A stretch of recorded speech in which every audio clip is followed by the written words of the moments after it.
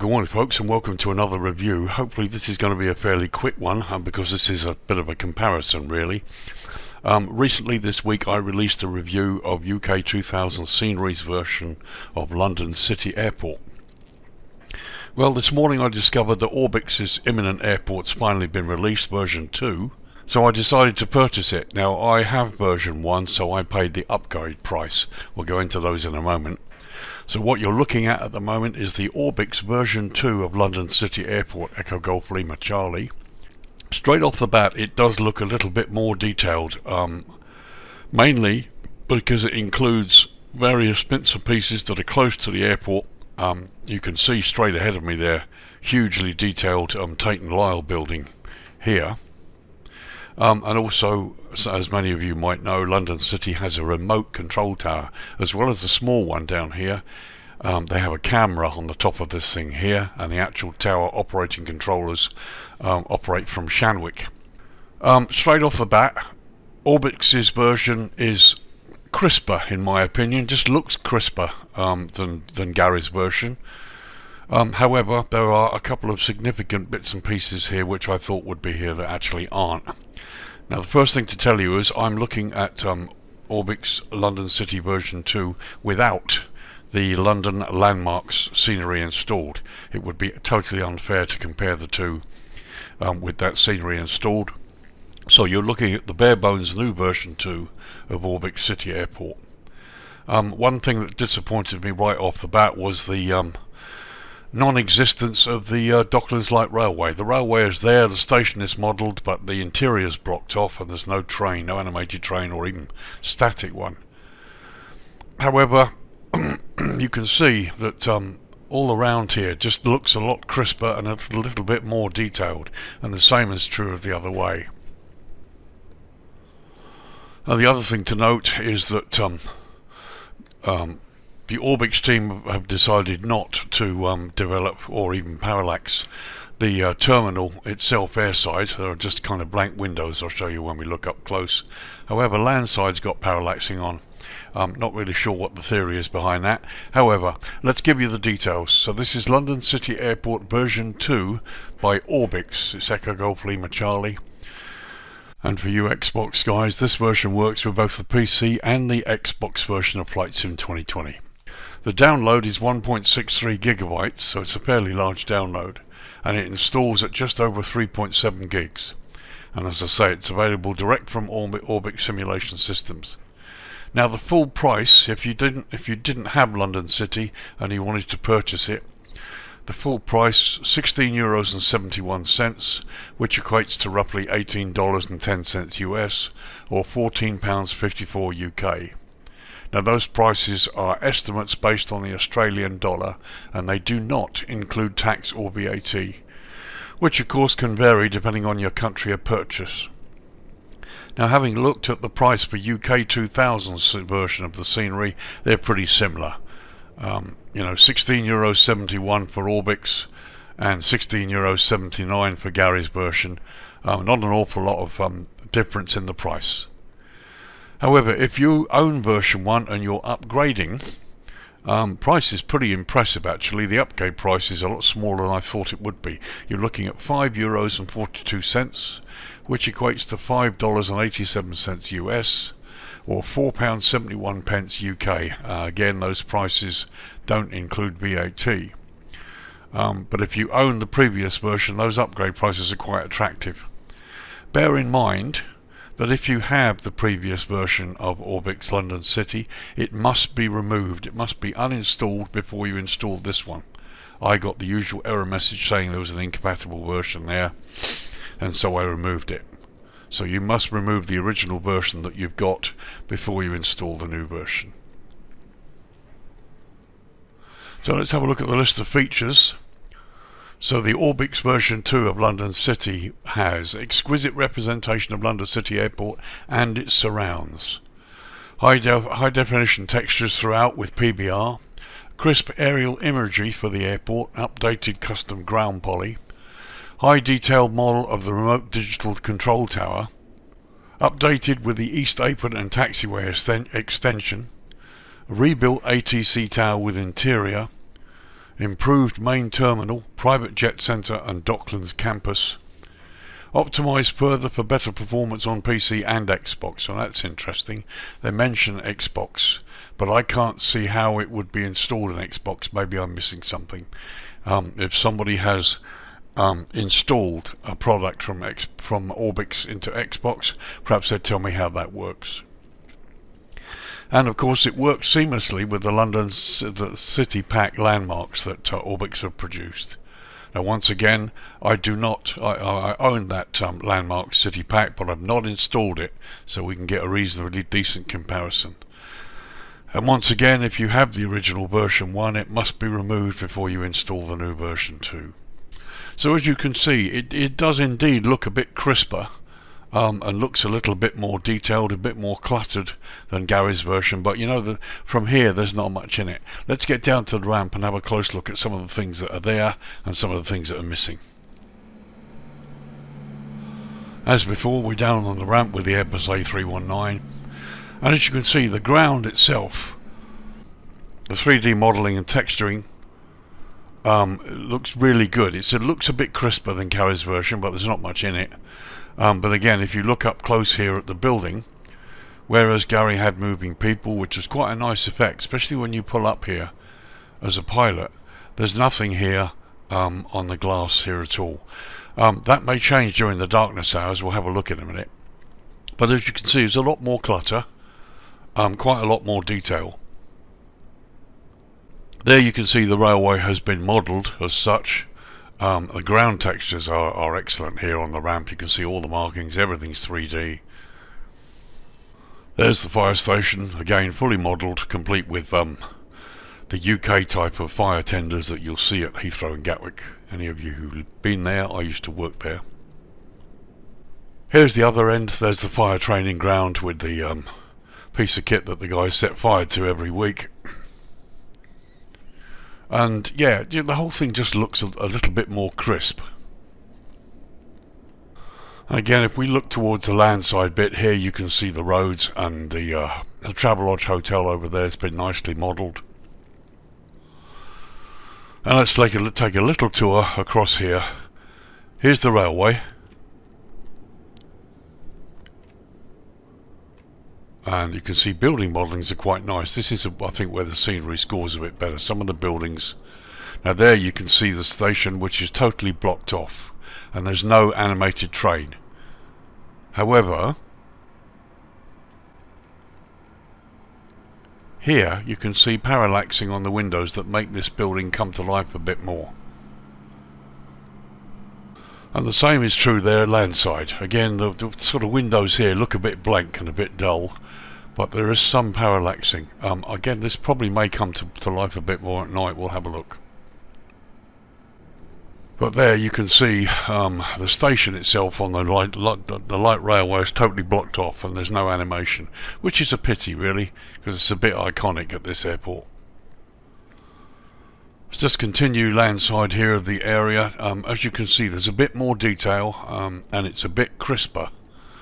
The development here is slightly different to Gary's development.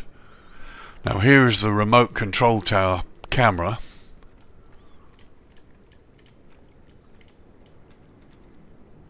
As you can see, it's been beautifully detailed and modelled. These cameras give the guys over at Swanwick a complete total remote view of the airport, so they can see everything that's going on. So as you can see, it's been completely modelled, complete with antennas, signage. It's extremely detailed, which is really good. And just travelling this way, you can see various buildings, vehicles and bits and pieces here that have been modelled as 3D modelling on the road down there up to a certain point. And there on the left you can see the taxiway extension has been modelled to the runway.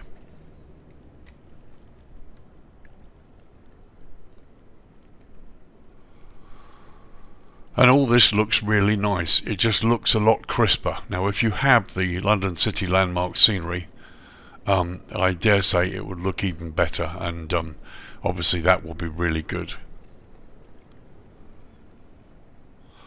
Okay, so looking down the slope of runway 27, both ends of the runway have instrument landing system capability. Let's lower the light and have a look at the lighting here. Okay, looking down the throat of runway 27, I've moved the camera a little bit further back. Here you can see full approach lighting just as it is as per the charts. And again, as per the charts, you've got the pappies are on the correct side. On runway 27 here, they're meant to be on the right, and they are, and on the runway 09 at the other end, they're on the left. Let's go in a bit closer. So here we're looking at the taxiway extension that goes on to runway 27, and as you can see, the lighting here is excellent. There's the centerline lighting. You've got green centerline lighting leading all the way up from the ramp, and it goes on to the runway as well. You've got this display threshold here. The signage is good. It's all well lit. Very, very nice indeed. And the blue airfield edge lights that denote the edge of the airport boundary are all in place. So while we're here, let's go up to the ramp and have a look and see what it looks like at dusk. So here we are looking at the terminal from airside, and I've got my aircraft parked here. As you can see, lighting looks good, and this place comes to life a little bit more in the darkness hours. No parallaxing hardly on these windows at all, really. I'd expected to see a bit more development here, knowing ORBX, but clearly I've decided to not go that far. Here's a closer look. Signage isn't too bad at all. These are fading a little bit as you get close, but they're still easy enough to see. Baggage vehicles, you've got I can't remember the name of the company, but they're here at this airport like they are in other British airports as well. And here you can see the windows. I mean, the building's nicely weathered, but this really is a little bit disappointing for me anyway. Gary's scenery really scores much more in terms of this. But there, looking across the ramp, you can see ground markings, lighting. It's very subtle, and it's really quite nice, to be honest.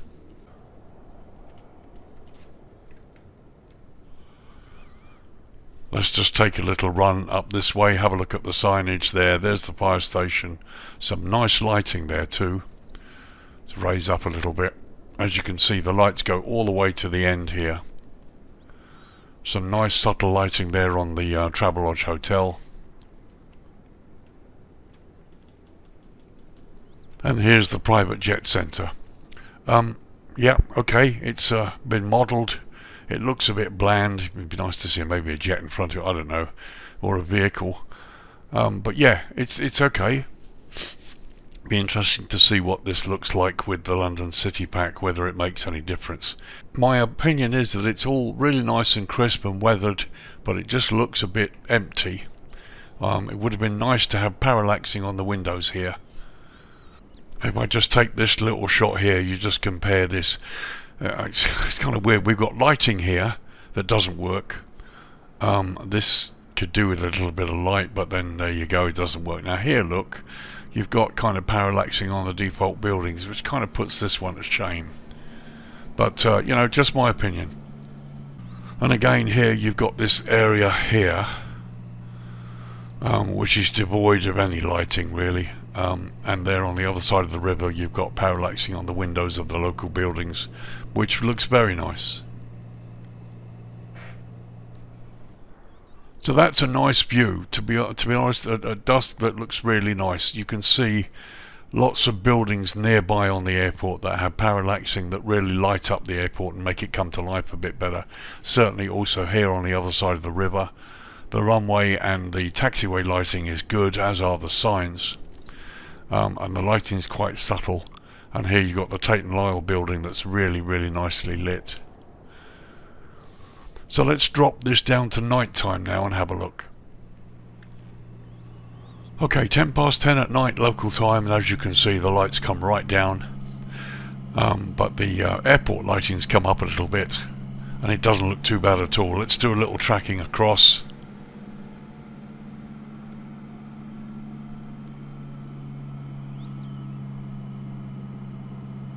And the lighting is of course quite subtle, but it's been nicely done.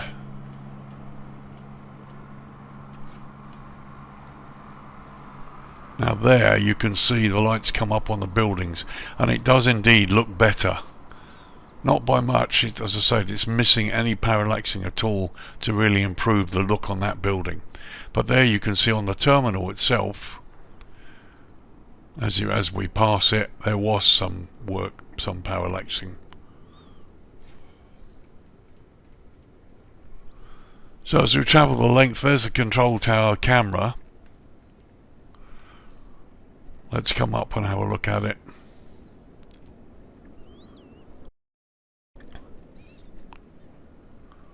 Now all structures over 300 feet need to be marked with red emergency lights. The tower's really been nicely lit there. Let's get up closer and see if we can see the red light that should be on top of it. Right, so there we are up close. The top of the camera on the top, of course, is completely missing, and there should be realistically, there should be a red light on top of there. However, it's not there. So while we're here, here's the control tower on site, the on-site control tower that's been modelled. This is a view from the outside at night time. And this is the view inside from looking out at night time. So I'm just going to quickly change the light for you so you can see that actually, even though it's dark at night time, it has been modelled. So there you can see it has been modelled. As I said, they use remote control towers using the camera, but here you can see the on-site control tower has in fact been modelled. And there's a quick shot looking from the outside. As we continue towards the runway 27 threshold, you can see some very nice subtle lighting, especially there on the car parks at the right side. Let's swing out to the runway itself.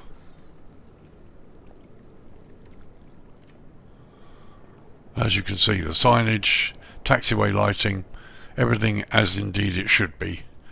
We cross the runway, we've got the river on the other side, and here you can see parallaxing and some very nice subtle lighting on the other side.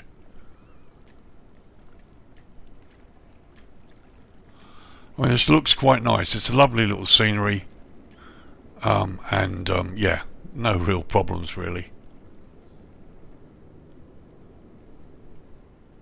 And while we're here, there's a beautiful view across the Thames, looking at the City of London and the outskirts. And there's the airport. We're looking west, and you can see the lighting is really nicely done. It's very subtle. There's the Millennium Dome in the distance. And we're pretty much over the threshold of runway 27. Looks very nice indeed. So let's bring the dawn up. So here we are at dawn. The lights have all pretty much gone out. As you can see, they've got the airport is bathed in the glow of sunrise. It looks really beautiful. And there's the view looking east as the sun rises.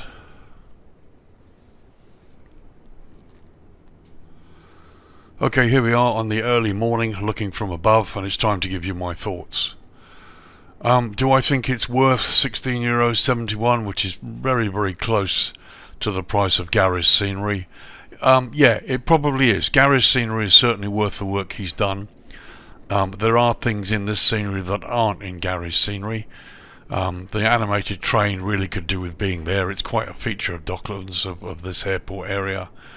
And I'm disappointed, I think, really, that there's been at least no parallaxing on the windows of the airside terminal.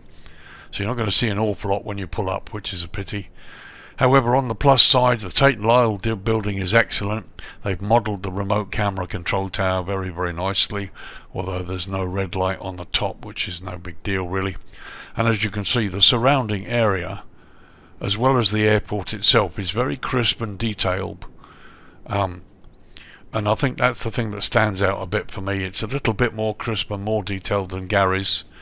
And again, this is just an opinion. You may think it's different, but I said nothing to detract from Gary's scenery. It's a really good standalone scenery, no problems at all. I've also been told by a viewer, and thank you very much to that viewer, that Gary's UK2000 version works with the ORBX London City pack. So if you bought that, or you're thinking of buying it rather than this one, you won't have any problems. Let's come on to upgrade price. If you already own version 1, I think the upgrade price is really pretty much a steal, really. This does indeed look a little bit more crisp and a little bit better than version 1. But at just over €5 or just under £4, it's not bad at all, really, to pay for an upgrade. I think it's quite nice, and as you can see, they've done a lot of detail here. But as I said, there's not an awful lot to choose between the two series. There's some pluses and there are some minuses. What I like about Gary's, I like the animated train. I like the way he's done the terminal, so when you pull up and park your aircraft, you can see people walking about, and you've got access to the inside. And he's modelled quite a bit on the airport. It's really quite impressive. What do I like about the ORBX version? I like the crispness and I like the added detail. I think it scores a bit more, certainly with the bits and pieces that have added around the airport. For example, you can look there and see an amazing model of the Tate & Lyle building here. And all of this seems to just look a little bit better and fits better. What I don't really like about the ORBX scenery, and what I'd like to see improved in version 2.1, guys, if you're looking, you need to at least parallax the terminal building's airside, so you get some kind of view. And I would want to see an animated train here. You modelled this beautifully, but left the train and the station out completely. I mean, okay, for pilot's point of view, you don't need all that. I get it. I do completely get it. But if you're going to make it at least as good, I think those things need to be added.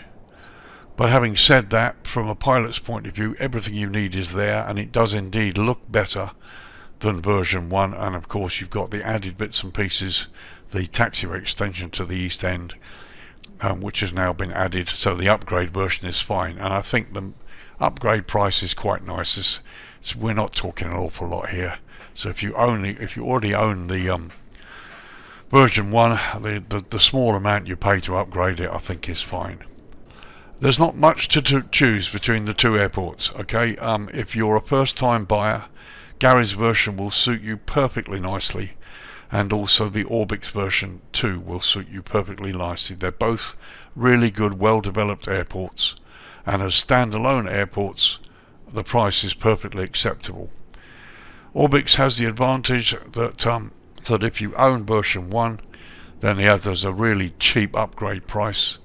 So if you're thinking about that, yeah, I would go for it. It's perfectly good. And bear in mind, as I said, I've been told that both versions work with the ORBX Landmark City Pack, so you're not going to have any worries about that. So for first-time buyers, either airport will suit you. It's a question of taste. I urge you to look at screenshots, compare the two, and decide which one you go to. I'm a big fan of Gary's work. I've bought many of his sceneries over the years, and I've already done a review of his product, and I'll link it in the description below for you. The ORBX version, like I said, is great, but I think I'm just disappointed that they don't include the animated train, and the airside terminal has literally nothing on it except the lighting at night, which brings it to life a bit more. Would have been nice to have some kind of illusion, parallaxing at least, in the way that possibly that Gary's done.